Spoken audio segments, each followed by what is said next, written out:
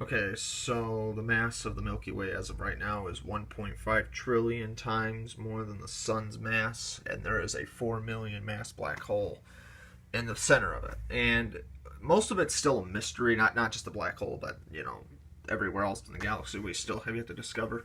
But it's estimated that it could be far greater than this. Not just the black hole, but the size of the galaxy, the mass, how many stars there are. But what I wanted to do was I wanted to make a video talking about, this is proof that somewhere in our galaxy there has to be like some sort of a planet with alien life on it. You could say this is an argument towards what is known as the Fermi paradox. The guy who created the idea was his name was Fermi himself. His last name, I believe. And anyways, basically it states that we are like alone because we haven't really found everything yet, or where is everybody? But basically the idea states that maybe we're taking the wrong approach towards what a civilization really is capable of doing, because if you really think about it, I mean, the one thing we humans could ever do is truly underestimate things as far as what's really out there.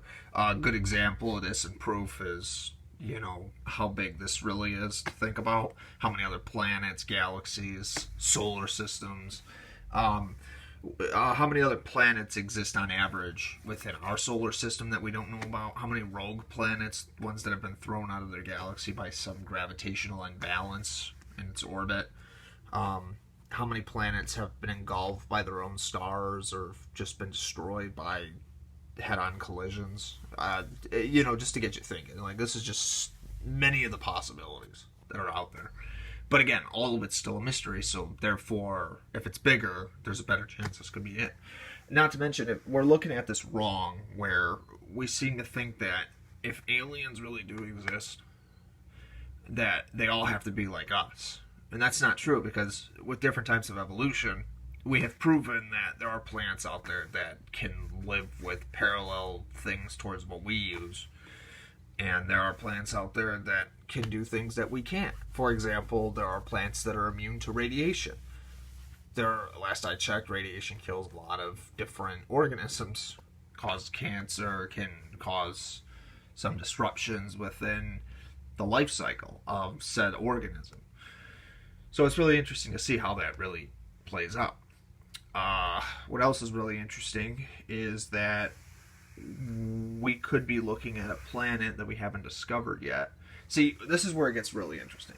You could take a planet that is somewhere out in the galaxy, and you could look into a telescope, see it from point A to point B.